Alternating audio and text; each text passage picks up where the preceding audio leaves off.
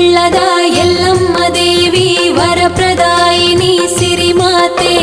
ಕ್ಷತ್ರಿಯರನ್ನು ಮಣಿಸಲು ಬಂದ ವೈಶಾಖ ಮಾಸದ ಶುಭದಾತೆ,